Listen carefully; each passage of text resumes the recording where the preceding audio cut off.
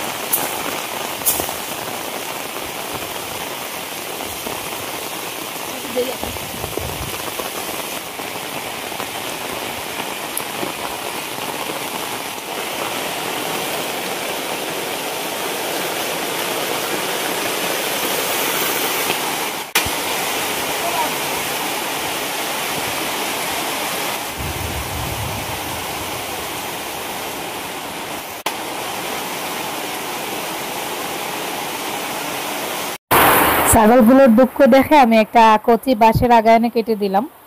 যদিও ওদেরকে গড়ের খাবার খাওয়ানো হচ্ছে, তারপরেও যেহেতু ছাগলের প্রধান খাদ্য হচ্ছে ঘাস জাতীয় খাবার, তো ওটা না খেলে ওরা শান্তি পায় না। দেখা যায় বারবার বাইরের দিকে যাওয়ার চেষ্টা করতেছে, কিন্তু বৃষ্টির কারণে যেতে পারতেছে না।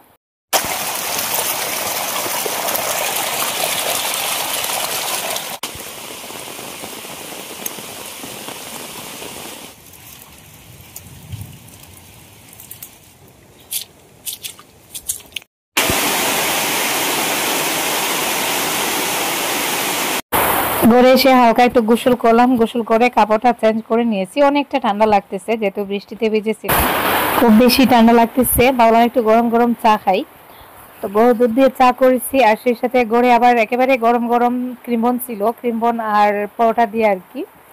বাইরে যে বৃষ্টির একেবারে কাছাকাছি বসে চাটা খাচ্ছি। বাবার বাসা থেকে সেদিন আসার সময় যে ছোট ছোট কাঁঠালগুলো আনছিলাম, একটার পর একটা কাঁঠাল পেকেই যাচ্ছে। 3টা অলরেডি খাওয়া হয়ে গেছে, আর 2টা বাকি রয়েছিল, তার মধ্যে থেকে আরেকটা কাঁঠাল আজকে পেকে গেছে। তো বৃষ্টির দিন কাঁঠাল খেতে একটু ভালো লাগে, যেহেতু কাঁঠাল খেলে গরম লাগে, আর বৃষ্টির দিন একটু গরম খাবারেরই প্রয়োজন। তো ভাবলাম কাঁঠালটা ভেঙে নেই। খুব ছোট্ট একটা ভিডিও শেয়ার করেছি, আশা করি ভিডিওটা আপনাদের কাছে অনেক বেশি ভালো লাগবে, কারণ আজকে ভিডিওটা একটু অন্যরকমভাবে শেয়ার করেছি। তাই রিকোয়েস্ট করবো স্কিপ না করে একটু ধৈর্য সহকারে ভিডিওতে একটা লাইক দিয়ে একেবারে শেষ অবধি ধৈর্য সহকারে আমার সাথে থাকুন, দেখতে থাকুন। আশা করি ভিডিওটা ভালো লাগবে। আগে কাঁঠালটা খেয়ে নেই, তারপরে আমাদের এখানে 3 দিনের বৃষ্টিতে কতটুকু বন্যা হয়েছে, বন্যার পরিস্থিতিটা আপনাদেরকে সরাসরি দেখাবো।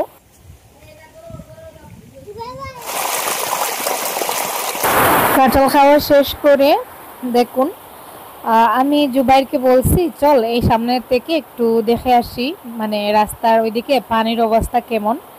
কারণ গত 2-3 দিন থেকে একবারের জন্য বাড়ি থেকে বের হওয়া হয় নাই। ওই যে লাস্ট সেদিন বাবার বাড়ি থেকে আসছিলাম, তারপরে আর বের হয়নি।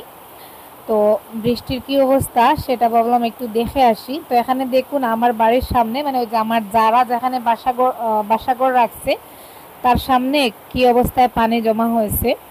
আর একটু বৃষ্টি হলে মনে হয় রাস্তা পর্যন্ত পানি নিচে চলে যাবে। আর এটা তো আমাদের মেইন রোড, যেহেতু আমাদের ওই দিকটা উঁচু, তাই অনেক বেশি বৃষ্টি হলে আমাদের এদিকে ফ্লাড করে না, পাহাড়ি অঞ্চল, আর অনেক সময় পাহাড়ি অঞ্চলের দিকেও ফ্লাড করে। এই যে আমার বাবার বাড়ির ওই দিকটা কিন্তু অলরেডি পানির নিচে চলে গেছে, আমার বাবার বাড়ির উঠানের কাছাকাছি শুনছি পানি চলে আসছে, আর আমাদের পুকুরটাও পানিতে ডুবে গেছে। তো আমাদের এই দিকটা একটু উঁচু থাকায় অতটাও পানি দেখা যায় না। তো এই যে দেখুন রাস্তার উপর দিয়ে পানি যাচ্ছে, ওরা পানি দিয়ে আবার খেলা করতেছে, হালকা হালকা বৃষ্টি পড়তেছে দেখুন। তারপরেও আমাদের সাথে সাথে কুকুরটা বাড়ি থেকে বেরিয়ে আসছে। আমি ওকে বাড়িতে তাড়িয়ে দিতে চাইছিলাম, কিন্তু ও তো আর আমাদেরকে ফেলে যাবে না। এই যে দেখুন এই বাড়িটাতেও পানি উঠে গেছে। তো ও আমরা যেদিকে যাব ওইদিকেই যাবে, মানে সেটা রোদ হোক, বৃষ্টি হোক, ঝড় হোক, তুফান হোক, প্রলয় হোক, যেটাই হোক, মানে ওর কাজই হচ্ছে আমাদেরকে পাহারা দেওয়া। ঝড় বৃষ্টির মধ্যেও চলে আসছে। এদিকে দেখুন বাড়ির রাস্তায় মাছ ধরা হচ্ছে। আর একটু বৃষ্টি হলেই এখানে এই জায়গাতে পানি চলে আসবে হয়তো। তো আরিয়ান দেখুন তার রেনকোট নিয়ে বেরিয়েছে।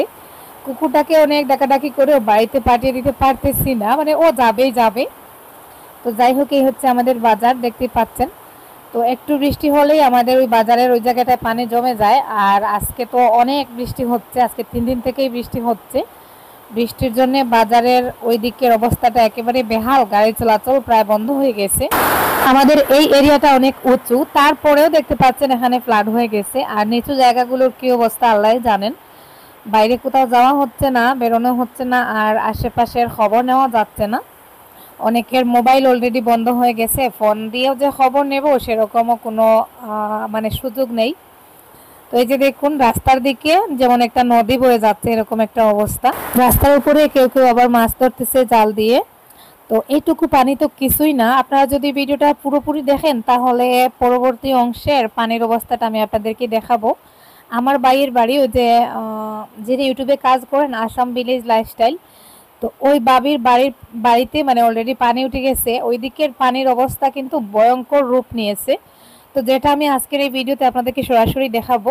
প্রতি বছর যখন একটা না কিছুদিন বৃষ্টি হয়, আমার ওই বাড়িটা আর কি পানিতে ডুবে যায়, বাড়ির ঘরের ভেতরে পানি ঢুকে যায়। তো সেই রকমই হাল এইবার হয়েছে, যেটা আমি একটু পরে ভিডিওতে আপনাদেরকে দেখাবো। কারণ বিকালের দিকে আমরা ভাইয়ের বাড়িটা দেখতে যাব আর কি সিদ্ধান্ত নিয়েছি। দেখা যাক, সেটা সরাসরি আপনাদেরকে আর কি ভিডিওতে দেখানোর চেষ্টা করব। আমার বাবার বাড়ির ওই দিকের অবস্থা আরও খারাপ। তো ওইদিকে তো আর এখন যাওয়া সম্ভব হবে না, যেহেতু রাস্তা বন্ধ আছে। এই যে দেখুন এত পানির মধ্যে দিয়েও গাড়ি চলাচল করতেছে। বেশি ইমার্জেন্সি যে গাড়িগুলো মানে একেবারে যেতে হবে, ওই গাড়িগুলো কিন্তু চলতেছে, অনেকটা রিস্ক নিয়েই চলতেছে, যেহেতু ওইদিকে সামনের দিকে আরও খারাপ অবস্থা। আর কেউ কেউ আবার রাস্তার মধ্যে জাল দিয়ে মাছও ধরতেছে। তো বন্যা বলতেছি বারবার, তার কারণ আমাদের এখানে এরকম বন্যা হলে নিচু জায়গাগুলোতে কিন্তু ভয়ঙ্কর বন্যা পরিস্থিতি দেখা দেয়। কারণ আমাদের এই দিকটা অনেক উঁচু জায়গা, তারপরও যখন এদিকে পানি চলে আসে তাহলে বোঝা যায় যে নিচু জায়গাগুলোর কি অবস্থা। আর আমরা যেহেতু পাহাড়ি অঞ্চলে থাকি, পানি সচরাচর আমরা দেখি না। 1 দিন 2 দিন বৃষ্টি হলে দেখা যায় বৃষ্টির পানিটা সাথে সাথে জর্জর করে নিচের দিকে নেমে চলে যায়, বৃষ্টির পানিটা জমা হয় না। তো এইবার কিন্তু 3 দিনের বৃষ্টিতে এইটুকু পানি জমা হয়েছে। তো পানি সচরাচর দেখি না, তাই ওইটুকু পানি হলে আমাদের কাছে মনে হয় অনেক বড় একটা বন্যা পরিস্থিতি। ঘরের দরজা জানলা সব বন্ধ করে দেখুন দুপুরে রান্না বান্না চলতেছে। সেদিন আরিয়ানের দাদি আসার সময় কিছু কচু লতি আনছিলেন, তো কচু লতিটা রেখে দিয়েছিলাম, মানে পরিষ্কার করার সময় পাচ্ছিলাম না। তো আজকে দেখি অনেকটা নষ্ট হয়ে গেছে, যেটুকু ভালো ছিল ওটুকু বের করে এখন দেখুন আমি সিদ্ধ শুটকি দিয়ে আর কি চাপা শুটকি দিয়ে রান্না করতেছি, সাথে একটু স্বাদ করাও দিয়েছি। দেখা যাক দুইটার ফ্লেভার একসাথে হয় টেস্টটা কেমন আসে। আর সেই সাথে আরও টুকটাক রান্নাবান্না করতেছি। আসলে আলোর সমস্যার কারণে ঘরের লাইটগুলো অফ করে রেখে দিয়েছি, আর ভিডিও করা সম্ভব হচ্ছে না ঘরের ভেতরের। তো এখানে দেখুন ডাল রান্না করছি, আর তারপরে এদিকে যে বরবটি আর কি ছোটো ছোটো করে কেটে ভাজি করছি, ভাজিটা একটু কড়া করে বাটছি। আর সেই সাথে এই যে কচুর লতি, কাঁঠালের বিচি আর শীতল শুটকি দিয়ে একটু শুকনো করেই রান্না করছি। তো ওটা দিয়ে আমাদের দুপুরের খাবারটা আর কি এখন সেরে নিব। তো দেখুন দোয়াটা গরম গরম ভাত নিয়েছি, ভাতের সাথে চাপা শুটকি দিয়ে কচু লতা, আর সেই সাথে একটু ভাজিও নিচ্ছি। দুপুরের খাবারটা সেরে নেই, তারপরে আমি আমার ভাইয়ের বাড়ির ওই দিকের ফ্ল্যাটের অবস্থাটা আপনাদেরকে দেখাবো। এই যে দেখুন বিকালবেলা জুবাইর আসছে আমার ভাইয়ের বাড়ির ওই দিকে, আমি আসি নাই, ভাবছিলাম একটু দেখতে যাব। তো তারপরে আমার ছাগলের বাচ্চাটা একটু অসুস্থ হয়ে গেছে, ওই জন্য আর যাওয়া হয় নাই। তো জুবাইরকেই পাঠিয়েছিলাম, ও সকাল থেকেই বলতেছে মামার বাড়ির ওইদিকে শুনছি বাড়িতে পানি উঠে গেছে, চলো না একটু দেখে আসি। তো সারা দিন বৃষ্টি হচ্ছিল, ঘর থেকে যে বেরিয়ে 2 মিনিট হাঁটবে বৃষ্টি ছাড়া এরকমও সম্ভব ছিল না, সারাদিন একটানা বৃষ্টি। তো বিকালের দিকে আমি আর সময় পাইনি, জুবাইরকে বললাম যে তুই যা গিয়ে দেখে আয়। তো ও আবার পানি দেখলেই ভয় পায়, আর পানিতে যেহেতু লম্বা লম্বা ঝোঁক থাকে, ঝোঁকগুলো দেখলে মানে ও আরো বেশি ভয় পায়। তাই দেখুন অনেকটা ভাবনা চিন্তা করে শেষমেশ পানিতে নামলো। এই যে দেখুন কি অবস্থা, আশেপাশে পানির ডল জমা হয়ে গেছে, আর সেখান থেকে পানিটা রাস্তা অবধি চলে আসছে। আর আমার বাড়িতে কিন্তু একটু বৃষ্টি হলে দেখা যায় পানির ডল লেগে বাড়িতে উঠে যায়, অনেক সময় গত বছর ঘরের ভেতরে ঢুকে গিয়েছিল। এই যে দেখুন বাড়ির সামনের অবস্থা, এই যে আমার বাড়ির দোকান গেট, তো এখানে কিন্তু অনেকটা পানি দেখুন। আর ওই দিক থেকে সামনের দিকে যে রাস্তাটা দেখতে পাচ্ছেন বাজার পর্যন্ত, ওখানে কোনো জায়গায় কোমর পানি, কোনো জায়গায় গলা পর্যন্ত পানি। তো যাই হোক, 7 সমুদ্র 13 নদী পেরিয়ে জুবাইরে যে আমার বাইরের বাসায় চলে গেছে। তো যদিও উঠানের দিকে পানি উঠে নাই, কারণ উঠানের দিকটা একটু উঁচু, আর পানিটা ঘরের ভেতরে ঢুকে পেছন সাইড থেকে। এই যে দেখুন এখানে যে একটা স্কুল ছিল, স্কুলটা অলরেডি ডুবে গেছে, মানে এখানে পানির পুরো ডল লেগে গেছে। এই যে দেখুন একেবারে ঘরের সাইড পর্যন্ত পানি চলে আসছে। আজকে রাতের বেলা যদি বৃষ্টি হয়, এটা হচ্ছে বাড়ির পেছনের সাইডটা, এই যে দেখুন এই সাইডে পুকুর ডুবে একেবারে এই যে পেয়ারা গাছের নিচ পর্যন্ত পানি চলে আসছে। আর রাতের বেলা আজকে রাত যদি বৃষ্টি না থামে, তাহলে কাল সকালের ভেতর বাড়িতে মানে ঘরের ভেতর পানি চলে আসবে। উঠানের দিকটা একটু উঁচু, তাই উঠানের দিকে পানি উঠতে পারে না, পেছন দিক থেকে বাড়িতে পানি উঠে। তো জুবাইর গিয়ে মনে হয় আর ঘরেও ঢুকে নাই, এই বাড়ির বাইরে হেঁটে হেঁটে পানি দেখছিল। এদিকে জুবাইরদের বাড়িতেও পানি উঠে গেছে। ওদের বাড়িতে প্রতি বছরই পানি উঠে, যেহেতু ওরা একটু নিচু সাইডে, প্রতি বছর দেখা যায় ওদের ঘরের ভেতরে পানি ঢুকে যায়, খাটের উপরে ওরা রান্নাবান্না করে খায়। আর এবার ওদের বাবাও অসুস্থ, উনি এখন মোটামুটি একটু সুস্থ হয়েছেন আপনাদের অনেকের সাহায্যে, প্লাস আল্লাহ তাআলার অশেষ রহমতে মোটামুটি আগের থেকে একটু সুস্থ আছেন। আর এই ফাঁকে আবার ওদের বিপদ চলে আসছে, ওদের বাড়িতে পানি উঠে গেছে। এই যে দেখুন স্কুলটার অবস্থা। তো জুবাইরদের বাড়ির ওইদিকে পানি করলে ওইদিকে যাওয়া যায় না, যেহেতু নদীমাতৃক এরিয়া, এদিকে শুধু নদী আর নদী, নদীগুলো পার হওয়া যায় না, দেখতেও যাওয়া যায় না।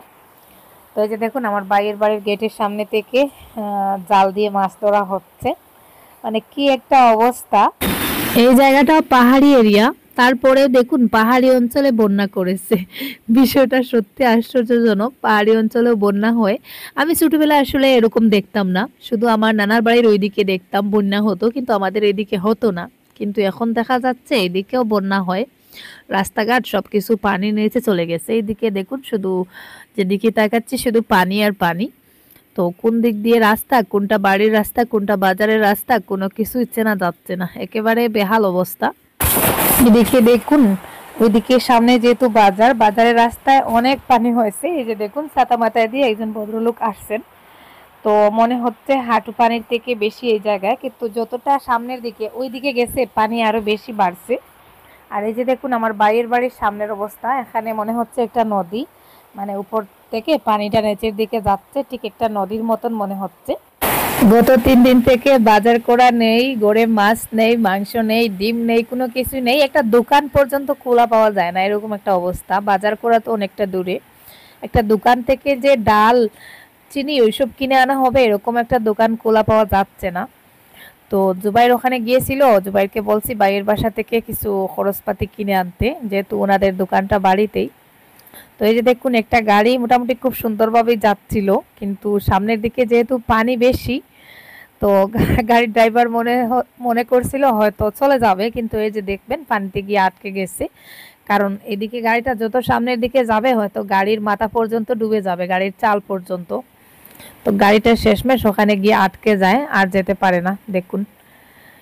তো সামনের দিকে কিন্তু পানি অনেক বেশি, এই যে দেখুন আটকে গেছে, মনে হয় এখন একটু একটু করে পেছন দিকেই আনতেছে ঘুরিয়ে। তো বাবিকে বলছিলাম আমাদের এখানে চলে আসতে, আমাদের এটা যেহেতু উঁচু জায়গা, ওখানে চলে আসতে। যদি পানি না উঠে তাহলে পড়ে যাবেন, কিন্তু ভাবি বলতেছেন না, আজকের রাতটা অপেক্ষা করি, আজকে যদি পানি উঠে যায় তাহলে কালকে আমাদের বাসায় চলে আসবেন। তো দেখা যাক, দোয়া করি যে পানিটা নাই উঠুক, কারণ পানি উঠলে যে শুধু মানুষ চলে গেলেই হয় না, আসলে ঘরে অনেক জিনিসপত্র নষ্ট হয়ে যায়। তো এদিকে দেখুন স্কুলটা মোটামুটি একটু উঁচুতে ছিল, ওটাতেও পানি চলে আসছে। তো বিকালের দিকে আবার দেখুন অনেক বৃষ্টি হয়েছে, জুবাইর ফিরে আসতে পারছিল না।